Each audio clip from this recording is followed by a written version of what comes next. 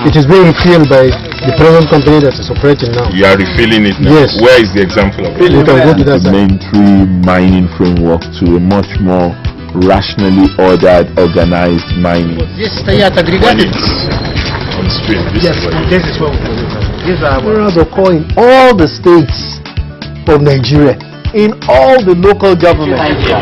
That's a very powerful analogy. Yes, we have to have a big job in our hands.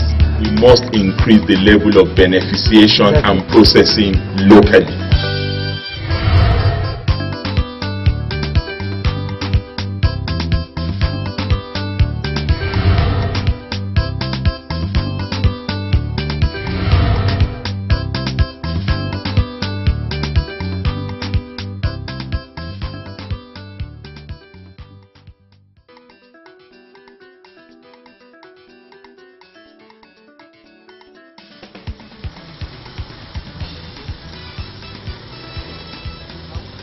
The story of mineral exploration and exploitation in Nigeria is as old as the history of the country, with records dating back to as far back as 1903 when the mining of coal started. At that time, mining of the nation's mineral resources was a major source of revenue for the country. This was, however, before the discovery of oil. Mining became a portion of petroleum resources. In fact, up till the time that we had Professor Jibril Aminu in charge, it used to be the Ministry of Petroleum and Mineral Resources. And then things went pear-shaped. We started focusing a lot more on oil because oil was easy for us to extract and to make money, and we had a whole range of joint venture operations with many international oil companies, and the money was good. So we lost our bearing, we removed our eye from the mining ball, and we basically just embraced oil and gas. The effect of the change in our focus from mineral resources to only petroleum made Nigeria solely dependent on oil for revenue, a situation that successive governments sought to change. In 1995, the Federal Ministry of Solid Minerals was established as an agency of government solely dedicated to the task of unlocking the potential inherent in the solid minerals subsector. The vision of the ministry is to transform the Nigerian mineral and metal sector into an irresistible mining destination for global capital, attracting foreign direct investment to grow the sector to optimum level. Some of the roles of the ministry include identifying the nation's solid minerals, advising government on the formulation and execution of laws and regulations guiding the various stages of prospecting, quarrying and mining, and handling sale and consumption of solid minerals in the country through the issuance of permits, licenses, leases, and collection of rents, fees, and royalties. Those in favor, say aye. Those against, say nay. Apart from establishing a ministry dedicated to developing the solid mineral sector, the Nigerian government at various times enacted laws and policies to make the nation a preferred mining destination for investors. These laws and policies include the Mineral Mining Act of 2007, National Mineral and Metal Policy of 2008, and Mineral and Mining Regulations of 2011. The cumulative objective of these policies and laws is to attract foreign direct investment, increase investor confidence to increase exploration, exploitation and mining activities in the country towards boosting revenue from mining. And as the current minister affirms, Nigeria has some of the best laws in the global mining industry. The law is relatively good. It's a 10-year-old law. We didn't really put the law through the National Assembly. The Obasanjo administration put it through the National Assembly. That law has been tried and tested. It's favorably comparable to laws that govern more successful mining jurisdictions like Australia or Canada or even South Africa. And basically we moved from a very rudimentary mining framework to a much more rationally ordered, organized mining legal framework. So the legal and regulatory framework has improved significantly, but it's one thing to have a good law.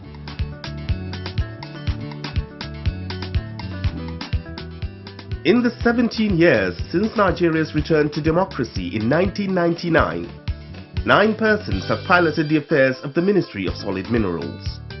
The list includes Kanu Agabi, Odion Ugbesia, Obiageli Ezekwesili, Leslie Obiora, Engineer Bala Mohammed, Sharafa Tunji Ishola, Diezani Alison Madweke, and Mohammed Abubakar Sada. This high turnover of ministers in itself is not a good omen for Solid Minerals prospecting, as the immediate past permanent secretary of the ministry puts it. The turnover of individuals has to be curtailed. What an investor wants normally is, I put my money in this country. When I come in the next 2 years, I expect to see Sefiano on table so that we can continue the same discussion. But if there is high turnover of individuals, ministers come, ministers go, permanent secretaries come, permanent secretaries go, directors general come, directors general go. This signifies inconsistency in both policy and approach. No investor wants inconsistency in an area where he has invested his money. So government must strive to maintain a set of individuals who have performed very well in a particular sector, so that the people who interface with that sector can have a level of confidence. 2015 in the political history of Nigeria is significant. That year, a new administration came into power with a promise to change the way things are done and for the better. One of its major visions was to diversify Nigeria's economy, focusing on agriculture and solid minerals.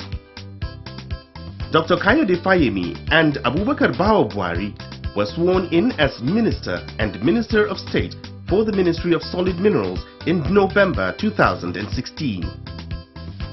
They were given 3 major assignments in returning Nigeria to the global mining map: increased revenue generation from solid mineral, job creation, and ensuring best standards in mining practices so as to reduce environmental degradation and the health risks involved in mining. The duo ushered in change. Signaling the beginning of that change, the name of the ministry was changed from Federal Ministry of Solid Minerals to the Ministry of Mines and Steel Development. One of their first tasks was to assess the situation on ground at the ministry. The challenges were indeed daunting. When we came, we discovered a ministry that has been neglected, a ministry that has not received funding, a ministry which the staff morale was very low. And for a government that wanted to diversify its economy, and the solid mineral sector being one of its topmost agenda, we knew that we had a big job in our hands. So we met a lot of challenges already here. The challenge of funding, the challenge of illegal miners doing a lot of activities and damage to the environment, and the challenge here, the ministry couldn't monitor activities because of a lack of logistics. Addressing the problems of the workforce was topmost priority, and most of it depended on getting funds to bring the ministry out of the distressing situation it had slipped into. I would say without fear of contradiction that the mining and mineral sector, and indeed the steel sector, had been largely ignored, to the extent that individuals even posted to work in this sector were considered to be on punishment of some sort. Apart from the fact that mining as an economic activity has not been funded, the institutions that should govern the sector and propel the sector into cognizance have been totally ignored. Allocation for capital expenditure was raised from 1 billion naira in 2015 to over 7 billion naira in the 2016 budget. Other sources of funding were also explored. We were able to access the natural resources fund. This is something we've never accessed before, and we are getting funding from the World Bank, and some other funding agencies have shown interest in us, and we've been having discussions, and we have a feeling very soon we'll be getting funding from them. One of the key achievements that has happened in the last 1.5 years of doing this work is that we were able to raise $150 million from the World Bank to support the activities of the sector. We have a unique fund called the Solid Minerals Development Fund for the sector. The World Bank initiative is also contributing to that, and that serves as a seed capital for that fund to trigger all the money that I talked about earlier, either with the Sovereign Investment Authority, with the stock exchange, where we are currently working on a mining bond for the sector in order to further expose the activities of the sector to the vagaries of the market.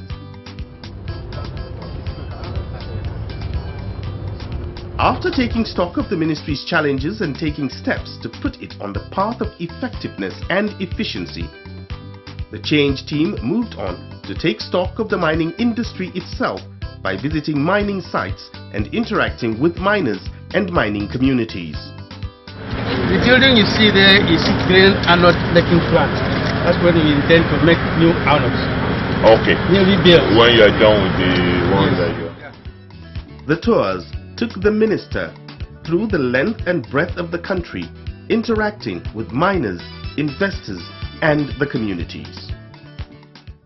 Okay, this is your own EL. Yes, it's one of that the they are working on. Which okay. the first part of the exploration has taken part on.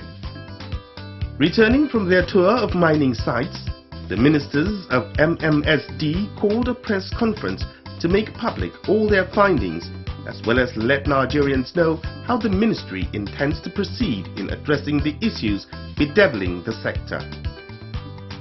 One strategy the change team adopted is in getting stakeholder input towards moving mining and solid minerals forward. One such forum put together by the ministry saw to the production of the roadmap for the development of the mining sector. One of the things we did was to put together a team of experts chaired by both Professor Ibrahim Garba, who is Vice Chancellor at the University, Ahmadu Bello University, who is a geologist, and Professor Shion Malomo, who used to be the Director General of the Nigerian Geological Service Agency and widely experienced geologist, to chair the team. But we brought in private sector players, we brought in trade and community activists who are involved in mining to be part of this committee. And that committee produced a report which we subjected to multi-stakeholder engagements. We brought states into the picture. We held a series of workshops with states to gather more inputs into that roadmap. And this was what eventually went to the Federal Executive Council and was approved. With the roadmap, the solid minerals subsector was on its way to being defined and harnessed to increase productivity and contribution to the economy. To ensure that this happens, an implementation team charged with formulating strategies for actualizing the objectives of the roadmap was set up. Like the minister said during its inauguration, the team was to ensure that this particular roadmap does not go the way of others in the past. Form the Secretariat and Implementation Office for the execution of the action items and priorities in the roadmap. Identify key low-cost, low-hurdle actions to be implemented by the ministry, industry stakeholders, and other critical players that can start to build the mining revival and create a positive narrative to drive increased investment. The Excellency is Dr. Kayode Fayemi, Minister of Mines and Steel Development. Still on collaboration with stakeholders, the ministry is forging partnerships with other ministries so that the potentials of the sector are fully maximized. Because a lot of what we produce goes into agriculture sector, our agro minerals, our phosphate, gypsum and all that, kaolin, they're used in that sector. Our bitumen, our marble, granite, sand is very critical to the work of the Works and Housing Ministry, our limestone. So we really need that sense of partnership and collaboration, not just between federal government and the state governments and the host communities, but even intersectorally between and amongst various ministries that are joined at the hips because of the work we all do and the success we want to achieve for our country. As it were, engagement with stakeholders has been carried outside the shores of the nation as Dr. Fayemi and his partner have explored every opportunity to bring Nigeria to the notice of the global mining community. In Australia, they know about Nigeria. In Canada, they know about Nigeria. In fact, Nigeria is known all over the world today. Not so much as a mining nation, no, but so much as a country that has a lot of promise as far as mining is concerned. They brought attention of the world to the fact that Nigeria is a mining destination and where mining finance is secure. These two gentlemen have contributed immensely in de-risking the sector. This advocacy for the solid minerals sector in Nigeria is yielding results already.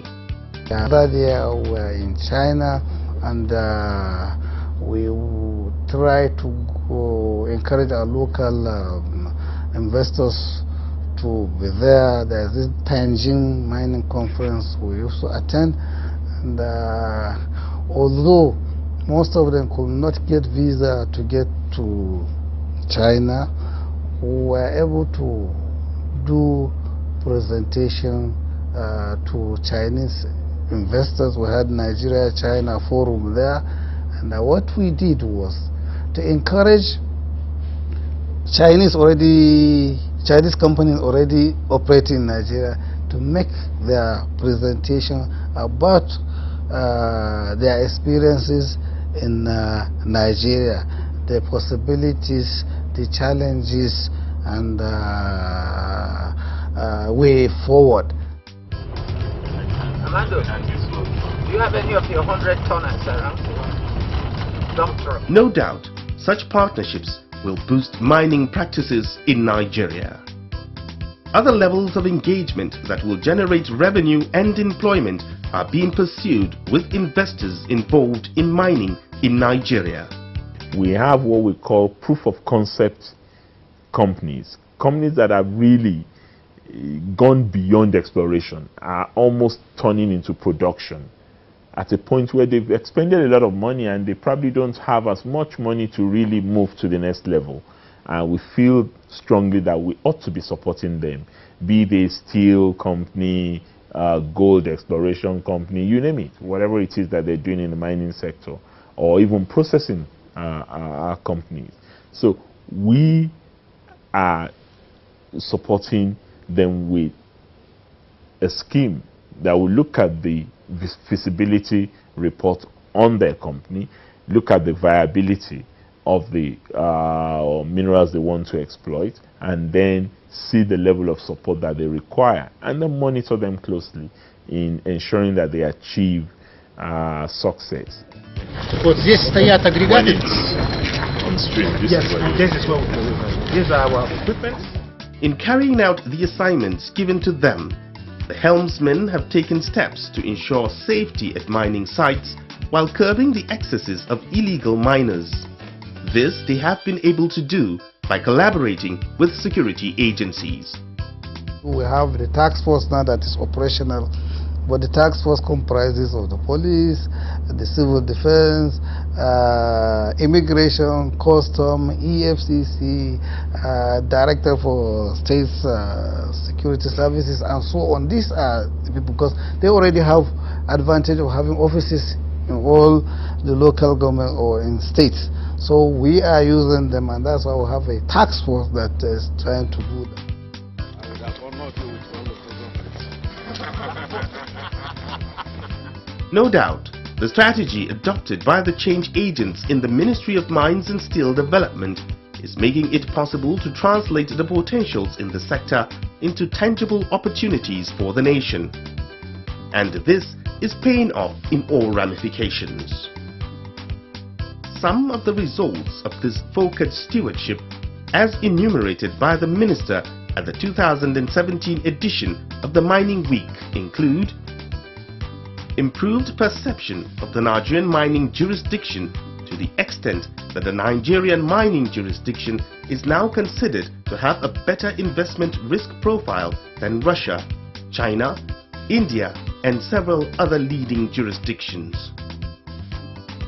Improved sectoral access to finance that has enabled the promotion of the exploration of new minerals and to strengthen the regulatory capacity of the ministry. Improved institutional capacity and improved mines security as well.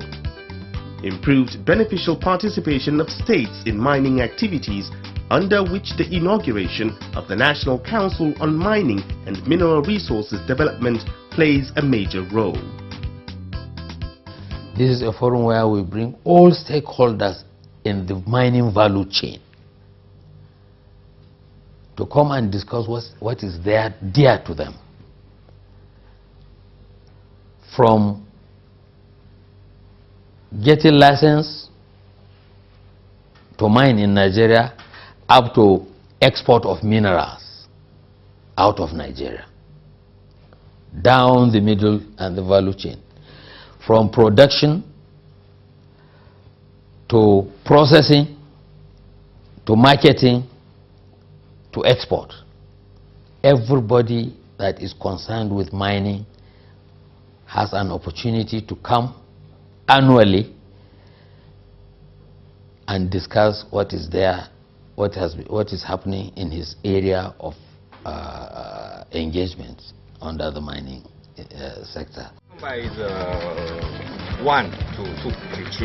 Okay, but some areas. The Ministry of Solid Minerals Development has truly entered a new era. An era where solid minerals and steel development is given the attention it deserves both locally and internationally. The hand is on the plow, and the way the honorable ministers are going about it, there is simply no looking back.